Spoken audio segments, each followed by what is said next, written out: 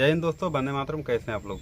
उम्मीद करते हैं आप लोग अच्छे होंगे। तो दोस्तों, आज का वीडियो बनाने का जो मुख्य उद्देश्य है कि झारखंड सरकार की तरफ से चौकीदार का जो बहाली निकाली गई है, तो उसके बारे में हम लोग बात करेंगे डिटेल से। तो उसमें बात करेंगे कि कौन कौन से कैंडिडेट है जो इस फॉर्म को भरने के लिए एलिजिबल है, कौन लोग नहीं भर सकते हैं, इसमें उम्र की सीमा कितनी रखी गई है, और बात करते हैं इसका एजुकेशनल क्राइटेरिया क्या रखा गया है, 10 पास है कि 12th पास है, सारा कुछ बात करेंगे।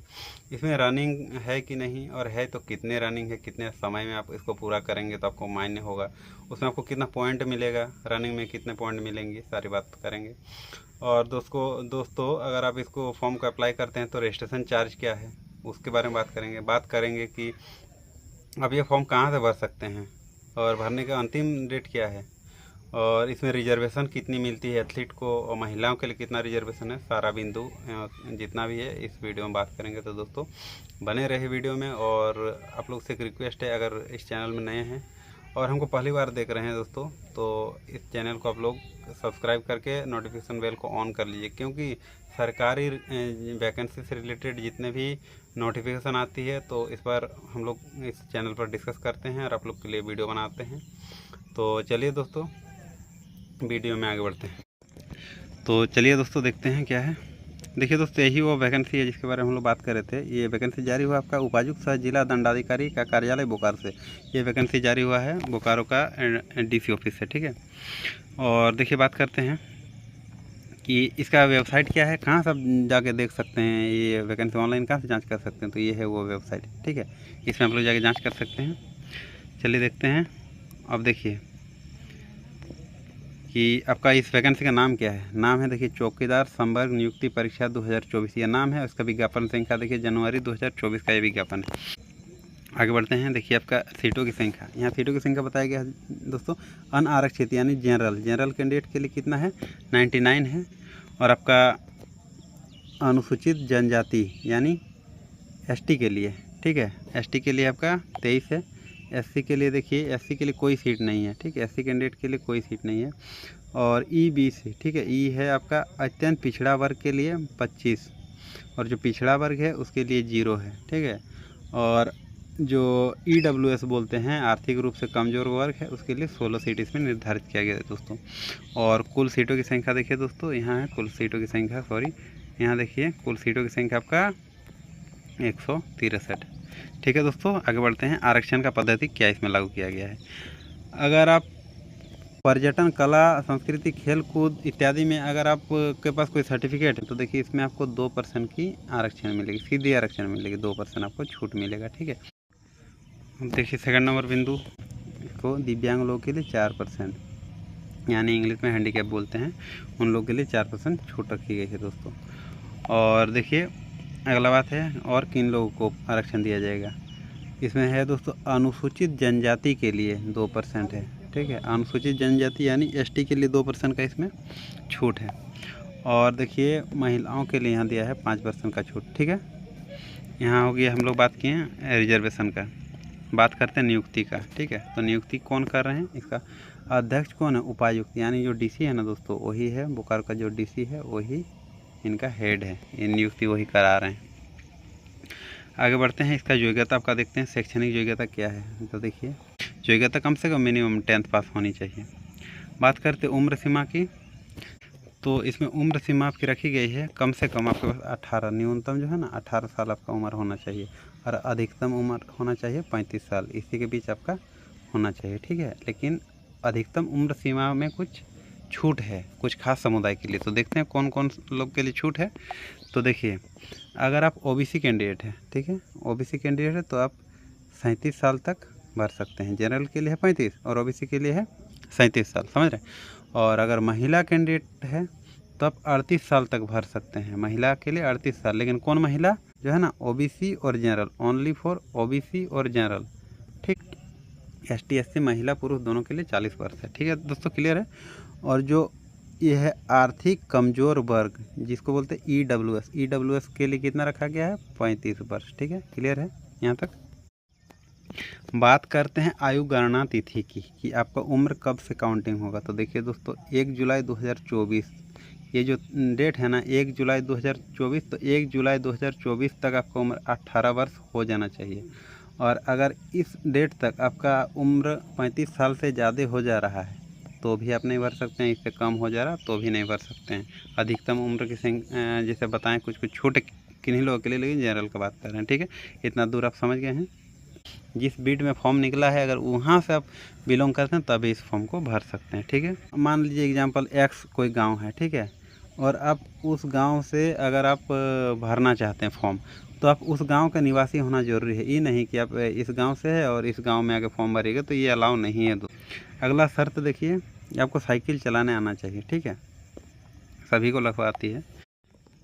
बात करते हैं नियुक्ति प्रक्रिया की। आपका इसमें लिखित परीक्षा जनजातीय और क्षेत्रीय भाषा, ठीक है, और इसमें 50 अंक की ली जाएगी। कोई भी जो लोकल लैंग्वेज है उसमें से 50 नंबर का आपका परीक्षा होगा। और जो लिखित परीक्षा से संबंधित सामान्य ज्ञान का आपका जीके का प्रश्न रहेगा, ठीक है, यहाँ जीके प्रश्न रहेगा, भाषा का रहेगा। इसमें देख लीजिए कौन कौन सा भाषा, इसमें से आपको चुनना है। मुंडारी, हो, भूमि, संथाली, कुड़ुक। क्षेत्रीय भाषा में कुड़माली है और बांग्ला, उड़िया, ठीक है। तो इसमें से आपको कोई भी सा भाषा चुनना है, इसमें से आपको जानकारी होना ज़रूरी है, ठीक है, क्लियर है। और इसमें कम से कम देखिए लिखित परीक्षा में 30% अंक लाना जरूरी है। अगर 100 नंबर का होता है तो आपको 30 नंबर लाना ही पड़ेगा, ठीक है दोस्तों। 30 नंबर आपका 100 नंबर में लाना जरूरी है, तभी आपका मतलब आगे की प्रक्रिया बढ़ेगा। अब देखिए सफल उम्मीदवारों की सूची में 1:3 की संख्या की तैयारी की जाएगी। मतलब कहने का मतलब अगर एक सीट है तो एक सीट के लिए 3 कैंडिडेट को चुना जाएगा, ठीक है। अगला राउंड के लिए एक सीट है तो वहाँ 3 कैंडिडेट को चुना जाएगा, ठीक है, क्लियर है इतना दूर। शारीरिक माप का बात करेंगे, ठीक है, कि आपका हाइट वेट कितना होना चाहिए। चलिए बात करते हैं। अगर आप जनरल या EWS से है तो क्लियर है 160 सेंटीमीटर आपका हाइट होना ज़रूरी है। अब बात करते हैं पिछड़ा वर्ग के लिए, BC1 BC2 दोनों के लिए 160 जनरल के लिए है। और ST SC का जो कैंडिडेट है उसके लिए 155 है, 5 सेंटीमीटर की छूट है। महिलाओं के लिए 148 है। इतना दूर क्लियर है। तो चलिए अब आगे बढ़ते हैं। इसमें क्या है देखिए, लिखित परीक्षा का पाठ्यक्रम सामान्य ज्ञान एवं स्थानीय भाषा से संबंधित 50 जो प्रश्न रहेगा दोस्तों, ये आपका 1.5 घंटा का समय मिलेगा। और गलत उत्तर के लिए कोई अंक नहीं, मतलब इसमें नेगेटिव अंक नहीं है। देख लीजिए बहुविकल्पीय प्रश्न होंगे। जानते हैं इसमें क्या होगा, जैसे एक प्रश्न हुआ उसका 4 को ऑप्शन दे देगा, इसमें से एक आपको सही चुनना है, कौन सा सही है, ठीक है। बात करते हैं शारीरिक जांच की। 1 मील का दौड़ होगा आप लोग का, ठीक है, 1600 मीटर का दौड़ होगा। टाइम कितना है देखिए, पुरुषों के लिए क्या है शर्त, 5 मिनट से पहले अगर आप घुस जाते हैं तो एक्सीलेंट माना जाता है, उसके लिए आपको 20 नंबर मिलेगा। आप 5 मिनट पार कर गए और छठा मिनट चल रहा, 6 मिनट के अंदर आप घुस जा रहे हैं, ठीक है, तो आपको 10 अंक मिल जाएगा। 6 मिनट से ज़्यादा हो जाएगा आप फेल हो जाएंगे, ठीक है। महिला कैंडिडेट के लिए क्या शर्त है, 8 मिनट या उससे पहले, 8 मिनट से पहले अगर घुस जाते तो आपको 20 नंबर मिल जाएगा। और 8 मिनट पार हो गया, 10 मिनट तक आप घुस गए किस तरह से, तो आपको 10 नंबर मिल जाएगा। 10 मिनट से ज़्यादा हो गया फेल आप हो जाएंगे, ठीक है। और चलिए आगे बढ़ते हैं। क्या है, इसकी मेधा सूची किस आधार पर तैयार की जाएगी, तो उसमें से जितना आपको नंबर मिलेगा, ठीक है, उसके बेसिस पर मेधा सूची तैयार की जाएगी। देखिए अगला पॉइंट है मेडिकल टेस्ट की। तो दोस्तों जितने भी सफल उम्मीदवार है सबकी मेडिकल टेस्ट होगी, ठीक है। और परीक्षा की बात है कि अगर आप लोग का सिलेक्शन हो जाता है, ज्वाइनिंग कर लें, उसका 2 वर्ष हो गया, उसमें आपका अगर ड्यूटी कर रहे हैं, सही से ड्यूटी नहीं कर रहे हैं, तो 1 साल और आपको मौका दिया जाएगा। उसमें भी आप नहीं सुधर रहे हैं तो आपको सीधे इसकी जॉब आपको समाप्त कर दीजिए, मतलब आपको जॉब से निकाल दीजिएगा, ठीक है। इसलिए बढ़िया से जॉब करना, सिलेक्शन हो जाए। वेतनमान का बात करते हैं दोस्तों। देखिए वेतनमान क्या है, पे बैंड आपका 52 से लेकर 20,200 और पे ग्रेड 1800 है, ठीक है। और बात करते हैं पे मैट्रिक्स लेवल की, 18,000 से 56,900 मूल वेतन है, ठीक है। तो आप लोग बताना चाहेंगे दोस्तों, लगभग आप लोग का वेतन वही 22 से 25,000 के बीच में बनेगा, तो अच्छा खासा है। गांव में रह के अगर 22 से 25,000 में रहता अच्छा खासा है। आवेदन की प्रक्रिया की बात करते हैं दोस्तों, सीधे आपको जाना है, वो फॉर्म लेना है, इसको कहीं से भी डाउनलोड कर लीजिएगा, लिखित रूप से भरना है, ठीक है।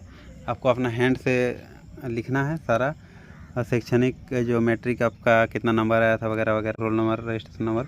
आरक्षण का अगर दावा करता है, अगर OBC से है, EWS से है या फिर ST SC कैंडिडेट है, तो उसके लिए आपको जो प्रमाण पत्र होता है ना, जो ब्लॉक से निकलता है, वो आपको जमा उसमें अटैच करना होगा, ठीक है। देखिए आपका आय संपत्ति विवरण भी इसमें भरना होगा, ठीक है। जैसे आय सर्टिफिकेट बनता है ना, वो आपको डालना होता है, हाँ बनेगा आई सर्टिफिकेट ब्लॉक में, तो उसको आपको अटैच करना है। 2 पासपोर्ट साइज फ़ोटो और आपको उसमें सिग्नेचर होना ज़रूरी है, ठीक है। और आप स्वयं भी जाके वहाँ जमा कर सकते हैं डीसी ऑफिस में, या फिर आप क्या बोलते हैं पत्राचार के माध्यम से भी दे सकते हैं। और आपका दोस्तों याद रखिएगा, जो आप मैट्रिक वगैरह का सर्टिफिकेट दीजिएगा ना, उसमें आपका जन्म तिथि उसमें अंकित रहना अनिवार्य है। आप बना लीजिएगा सबसे पहले, जिसका नहीं बना है जाकर सबसे पहले बनाइए। जाति प्रमाण पत्र बनाइए, संपत्ति विवरण पत्र बनाइए, आय आवासीय जो है सब बना लीजिएगा, ठीक है। उसके बाद ही आप लोग भरिएगा। और सिग्नेचर करना नहीं छोड़िएगा, उसमें सिग्नेचर करने का ऑप्शन है, उसमें सिग्नेचर कर दीजिएगा। देखिए ये वेबसाइट है, इसमें से आप लोग जाके देख सकते हैं। यहाँ से आप लोग डाउनलोड कर लीजिएगा जो फॉर्म है ना, फॉर्मेट है, यहाँ फ़ोटो डालना है, यहाँ नाम, पिता का नाम, गांव का नाम वगैरह सारा कुछ अब डाउनलोड कर लीजिए इस वेबसाइट पे जाके, ठीक है। 100 रुपया लगेगा, किसके लिए, ST और SC के लिए 100 रुपया, और बाद बाकी सब के लिए 200 रुपया लगेगा, ठीक है दोस्तों। तो ये देख लीजिए। और ये बैंक ड्राफ्ट के माध्यम से देगा, बैंक ड्राफ्ट जैसे पोस्टल ऑर्डर या बैंक ड्राफ्ट, बैंक में जाइएगा ना तो सब हो जाएगा, बैंक में करा देगा। अगर आप फॉर्म भर लिए हैं तो किस एड्रेस पर भेजिएगा, तो इस एड्रेस पर भेजना है, ठीक है। ये एड्रेस नोट कर लीजिएगा या स्क्रीनशॉट ले लीजिए, ठीक है। इस एड्रेस पर आप लोग भेज दीजिए।